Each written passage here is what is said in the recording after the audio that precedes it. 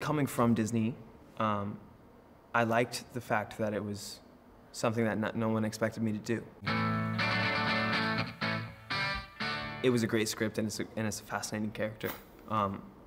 Also, the perspective of the story coming from one of his high school friends, I thought it was something that has never really been shown before. And it was just unique. Everything about it was. The fact that they wanted to film in his actual house. I had no idea who Jeffrey Dahmer was, which was kind of cool, actually, because then when the script came and they were like, this was an actual serial killer that existed, it was cool because then I got to just kind of dive into all the research with having no prior conception of who he was. So I think that was kind of actually probably nice from an acting standpoint, just to kind of get a fresh thing. Personally, when I first saw him, I didn't really think I look exactly like him. I could see some resemblance. I think most of the resemblance comes from the film when I had the glasses on and the hair and the wardrobe. That's when you can be like, oh yeah, he looks like Dahmer. Judge him less than probably most people, just because I kind of had to be him. I think there's the best actors, I think, always have to come at a character with no judgment. And ultimately, I think I feel empathy for Jeffrey Dahmer. There's a lot of things that happened to him that weren't necessarily ideal. But then again, also, like, he did terrible, horrible things, and we can't change that. And no way are we trying to glorify Jeffrey Dahmer with this film at all. I don't know if you can completely understand a serial killer. I don't think he was psychotic. They actually even said after that he was caught in his mental diagnosis, they said he wasn't insane. I don't really blame anyone for what Jeffrey Dahmer came to be. I think there was an opportunity possibly that he could have been helped if he had someone to talk to and someone to really, maybe some sort of psychiatrist, someone who could see that he was troubled and maybe could have stepped in and intervened. I think that could have been possible, but I don't blame anyone for not noticing, because how could you know?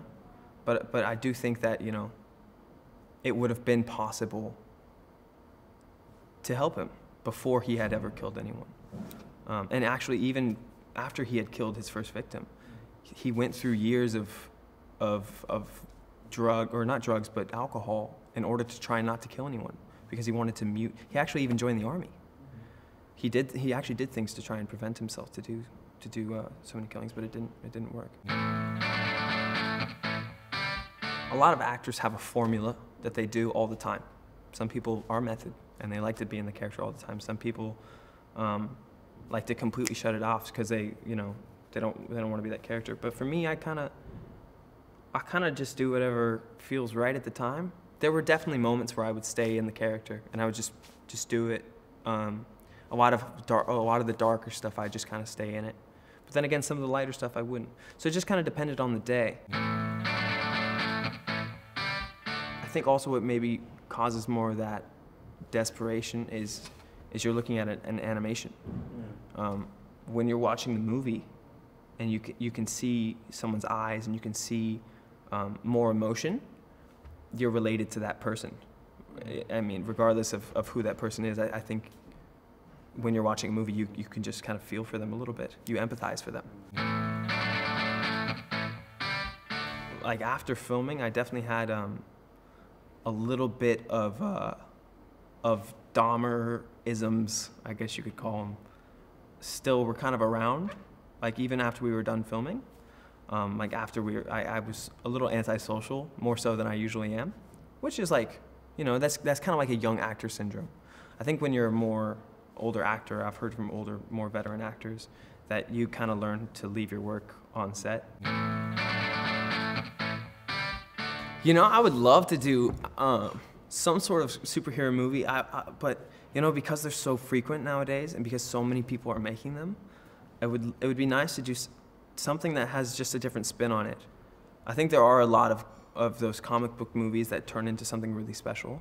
But yeah, honestly, I'm kind of one of those guys that's just down to do anything that kind of takes my ticker, you know?